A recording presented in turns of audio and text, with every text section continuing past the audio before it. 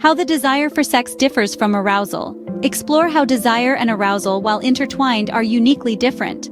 Desire sparks interest. Arousal fuels action. Discover more, stay curious. Approximately every second comment from girls was something like, "Well, that's a lie, I can want sex, but no lubrication is produced." Let's repeat the basics. Desire to have sex is a product of consciousness. It's your brain's work. Sexual arousal is a bodily reaction, it's your body's work. Note that in the text, I deliberately used only the term arousal, because it is a physiological state that has clear scientific criteria. For healthy, sexually developed people without physical and psychological trauma, these two processes coincide.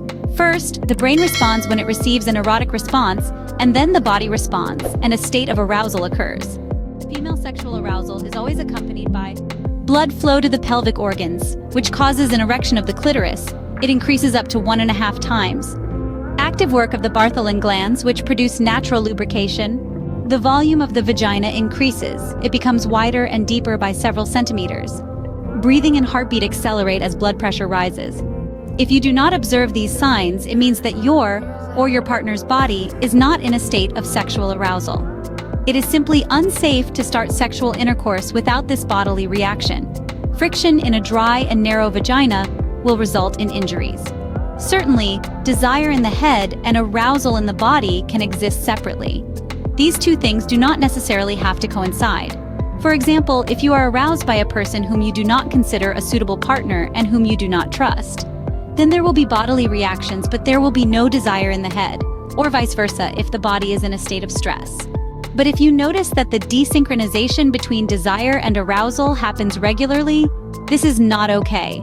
You need to see a doctor who specializes in clinical psychology and sexopathology. My experience shows that most often it is the brain that blocks the body's signals. This often happens to girls who were shamed for manifestations of sexuality, who have experienced violence, are very critical of their body, or are afraid of male partners.